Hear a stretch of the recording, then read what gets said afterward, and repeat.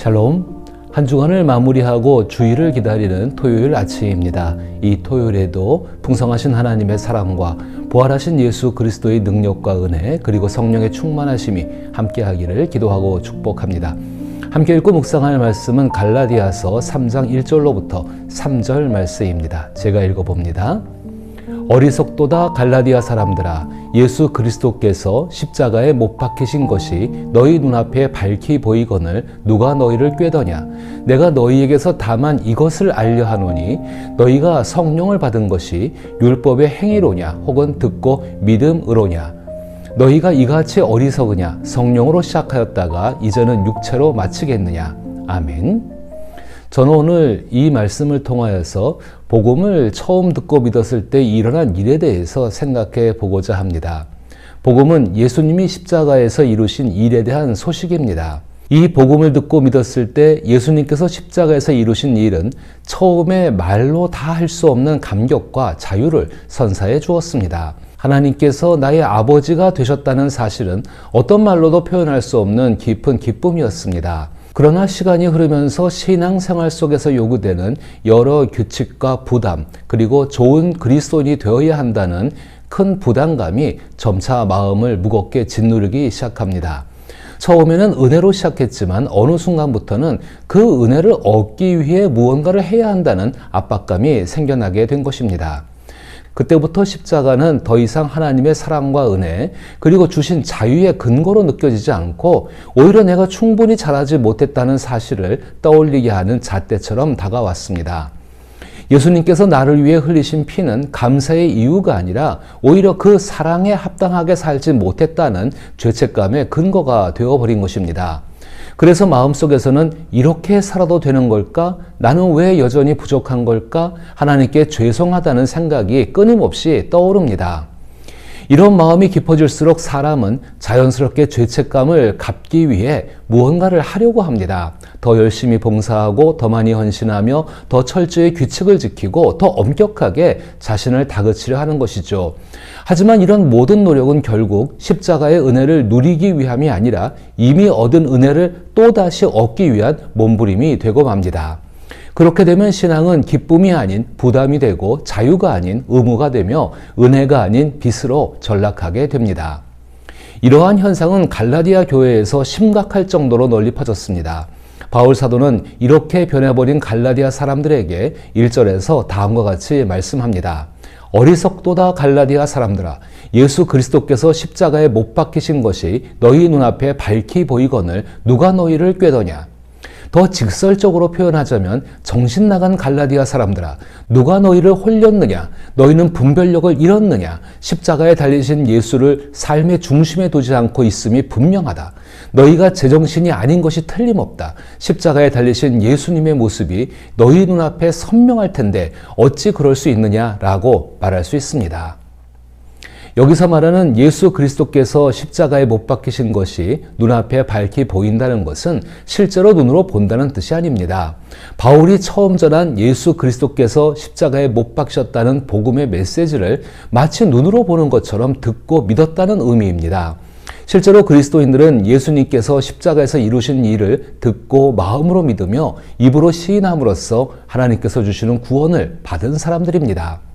예수 그리스도께서 십자가에 못 박히신, 즉 복음의 핵심 메시지는 우리가 어떻게 살아야 하는지가 아니라 예수님께서 십자가에서 우리를 위해 이루신 일을 말하고 있는 것입니다. 복음은 단순한 삶의 지침이 아니라 먼저 역사적인 사건으로서 선포되는 것입니다. 즉 복음은 우리가 해야 할 일을 알려주기 이전에 우리를 위해 이미 이루어진 하나님의 사역을 알리는 선언입니다. 이 메시지가 우리의 마음을 사로잡았기에 우리는 그리스도인이 된 것입니다. 밝게 보였다는 표현은 마치 그림처럼 생생하게 드러났다는 뜻입니다. 이러한 표현은 전달 방식에 강력한 힘을 나타냅니다. 갈라디아 교인들에게 전해진 말씀은 딱딱한 강의가 아니라 예수님을 그림처럼 생생하게 묘사한 것입니다. 그리스도께서 행하신 일을 언어로 생생하게 보여주었고 청중은 듣고 감동하여 마치 본 것처럼 받아들였습니다. 이에 대해 데살로니가 전서 1장 5절에서는 다음과 같이 말씀하고 있습니다.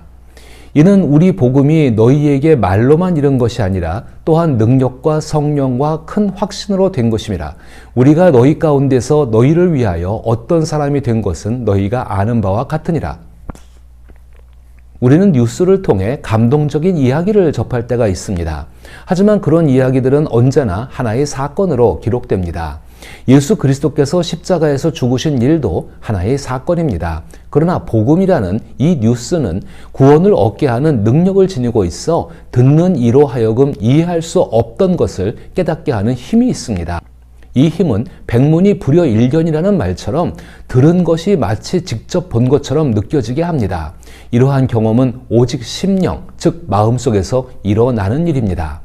이 일은 우리를 창조하신 성령께서 행하시는 것으로, 성령은 그리스도인이 단순히 예수님에 대해 아는 사람이 아니라 십자가에 달리신 예수님을 본 사람이 되게 하십니다. 성령의 이 능력은 예수님의 죽음 그 자체뿐만 아니라 그 죽음이 우리를 위한 것임을 깨닫게 하고 우리 마음에 깊은 감동을 줍니다. 예수님께서 우리를 위해 이루신 일의 의미를 알게 되는 것입니다. 예수 그리스도께서 우리를 위해 이루신 일이 합리적이고 분명하게 마음에 전달되어 마음이 변화될 때 구원이 이루어집니다. 이러한 일은 복음을 듣고 마음으로 믿은 사람들의 심령 속에서 성령께서 행하시는 역사입니다. 이러한 일은 바로 갈라디아 교인들뿐만 아니라 오늘날 우리에게도 일어나고 있습니다. 갈라디아서 3장 2절과 3절을 함께 주의 깊게 살펴봅시다. 내가 너희에게서 다만 이것을 알려 하노니 너희가 성령을 받은 것이 율법의 행위로냐 혹은 듣고 믿음으로냐. 너희가 이같이 어리석으냐. 성령으로 시작하였다가 이제는 육체로 마치겠느냐. 그리스도인이 된 것은 성령 하나님의 도우심, 즉 성령을 받은 것은 2절에서 말씀하신 것처럼 듣고 믿었기 때문입니다. 이것에 대해 바울은 반복적인 대비를 통해 강조합니다. 믿음과 율법의 행위, 그리고 성령으로 시작함과 육체로 마침, 즉 인간의 노력으로 마무리하는 것을 명확히 대비하고 있습니다. 이러한 점을 고려할 때 복음을 믿는다는 것은 단순히 예수 그리스도께서 죽으시고 부활하셨다는 사실에 동의하는 것을 넘어서 율법을 지켜 구원을 얻으려는 시도를 중단한다는 의미입니다. 바울이 3절에서 사용한 마치겠느냐라는 표현은 완성하다라는 뜻을 담고 있습니다. 일반적으로 사람은 인생의 여정을 통해 자아의 완성을 추구합니다. 하나님과 자신 그리고 타인에게 인정받고 받아들여지기를 원합니다. 그래서 자신의 노력에 의지하여 도덕적, 직업적 그리고 인간관계에서의 성취를 통해 그 목표를 이루려 합니다. 그러나 복음은 복음을 듣고 믿으면 그러한 방식을 완전히 버리게 된다고 말합니다. 즉 그리스도인들은 율법의 행위나 육체적인 노력으로 자신을 완성하려는 시도를 포기하는 것입니다. 그 이유는 매우 분명합니다. 그리스도인이 되기 전에는 우리도 다양한 개인적 노력에 의지하여 자아를 완성하려 했습니다. 하지만 그리스도를 믿게 되면 혁명과 같은 변화가 일어나 자신을 완성하기 위해 그동안 믿어왔던 대상이 완전히 바뀌게 됩니다. 그 믿음의 대상인 예수 그리스도를 통해 구원을 받았고 그 믿음으로 인해 성령께서 우리 삶 속에 들어오십니다. 우리가 알든 모르든 간에 복음으로 인해 성령님은 우리 안에서 복음을 믿게 하시고 거듭나게 하시며 하나님의 말씀으로 새롭게 태어나게 하십니다. 성령님은 복음을 떠나서는 역사하지 않으며 복음은 성령의 능력이 나타나는 통로이자 방식입니다. 그런 복음은 결코 우리에게 빚을 지우지 않습니다. 복음은 우리가 갚아야 할 의무가 아니라 예수님께서 대신 갚아주신 은혜의 선포입니다. 십자가에서 예수님께서 이루신 일은 우리가 더할 미완성의 일이 아니라 하나님께서 완전하게 완성하신 구원의 사건입니다. 그리스도인의 삶은 그 은혜를 갚기 위해 무언가를 더하는 것이 아니라 이미 주어진 은혜 안에서 안식하며 머무르는 삶입니다. 성령님께서는 예수 그리스도께서 십자가에서 죽으신 그 자리에서 우리를 다시 일으켜 세우십니다. 성령님은 우리의 부족함을 책망하시기 위해 오신 분이 아니라 십자가의 은혜를 다시 깨닫게 하시고 그 은혜가 우리의 마음을 새롭게 변화시키도록 역사하시는 분이십니다. 성령님은 우리가 이룬 것을 보게 하시는 분이 아니라 예수님께서 이루신 일을 보게 하시는 분이십니다. 그래서 성령님은 우리를 다시 십자가 앞으로 인도하시어 그곳에서 참된 자유와 기쁨을 회복하게 하십니다. 결국 그리스도인의 삶은 예수님이 십자가에서 이루신 일에 대한 죄책감을 갚기 위해 무언가를 더해야 하는 것이 아니라 십자가에서 이미 완성된 은혜를 되새기며 그 은혜 안에서 성령께서 이루어 가시는 변화를 따라 살아가는 삶입니다. 우리의 신앙은 우리의 충성으로 유지되는 것이 아니라 하나님의 은혜에 붙들려 있는 삶입니다.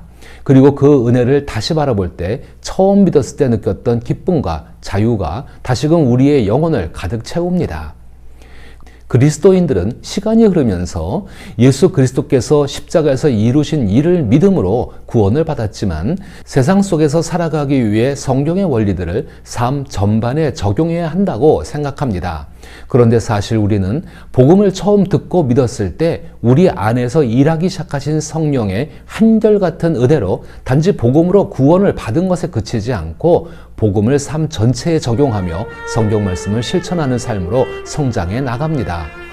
따라서 그리스도인의 삶은 무엇을 새롭게 이루는 삶이 아니라 이미 완성된 일에 동참하는 삶입니다.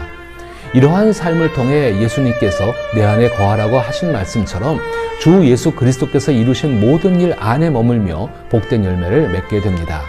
이와 같은 삶을 복음과 성령의 도우심 가운데 예수님께서 십자가에서 이루신 구원의 은혜 위에서 살아가기를 기도하며 축복합니다.